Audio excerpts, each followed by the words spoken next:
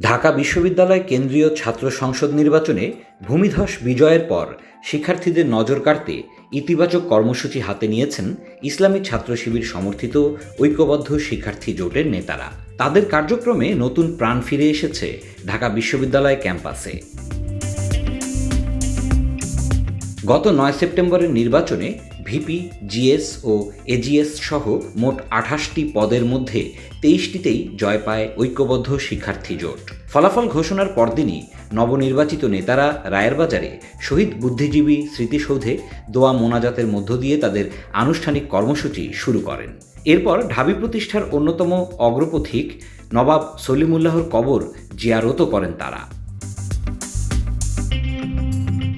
একই দিন সাবেক ডাকসু ভিপি নুরুল হক নূরের সঙ্গে হাসপাতালে সাক্ষাৎ করে তার সুস্থতা কামনা করেন নবনির্বাচিত নেতারা।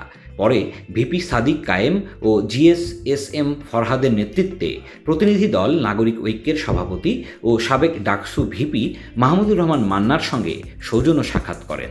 মান্না তাদের অভিনন্দন জানান এবং দোয়া ও পরামর্শ দেন। ডাকসু নির্বাচনের খবর সংগ্রহ করতে গিয়ে ইন্তেকাল করা সাংবাদিক তরিকুল শিবলির পরিবারের সঙ্গেও দেখা করেন নবনির্বাচিত নেতারা। এ সময় শিবিরের কেন্দ্রীয় সভাপতি জাহিদুল ইসলাম উপস্থিত ছিলেন। নিহত সাংবাদিকদের পরিবারকে নগদ ২ লাখ টাকা আর্থিক সাহায্যের পাশাপাশি সন্তানদের শিক্ষাজীবনে সর্বাত্মক সহযোগিতার আশ্বাস দেওয়া হয়।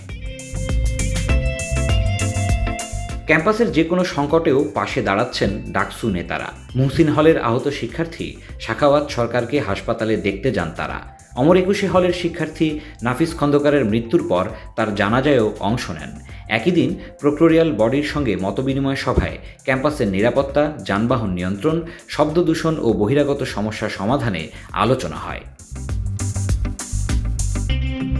ঢাবির দীর্ঘদিনের পরিবহন সংকট নিরসনেও পদক্ষেপ নিয়েছেন নবনির্বাচিত নেতারা। ডাকসুর শিক্ষার্থীদের প্রত্যাশিত লাইভ ট্র্যাকিং অ্যাপ আমাদের লাল বাস এর পরীক্ষামূলক কার্যক্রম চালু করা হয়েছে। বিশ্ববিদ্যালয়ের ১৭টি বাস রুটের সভাপতি ও সাধারণ সম্পাদকদের সঙ্গে মতবিনিময় করেছেন ডাকসুর পরিবহন সম্পাদক আসিফ আবদুল্লাহ। এছাড়াও সাংবাদিক সমিতির সঙ্গে মতবিনিময়, ক্যাম্পাসে শাটল সার্ভিস চালু, নারীদের ফ্রেন্ডলি ফুটবল ম্যাচ আয়োজন, বছরব্যাপী মেডিকেল সিরিজ ক্যাম্প ও আবাসিক হলে কম্পিউটার ল্যাব স্থাপন সহ নানা উন্নয়নমূলক উদ্যোগ হাতে নিয়েছেন নবনির্বাচিত ডাকসু নেতারা। Dhaka express, desk report.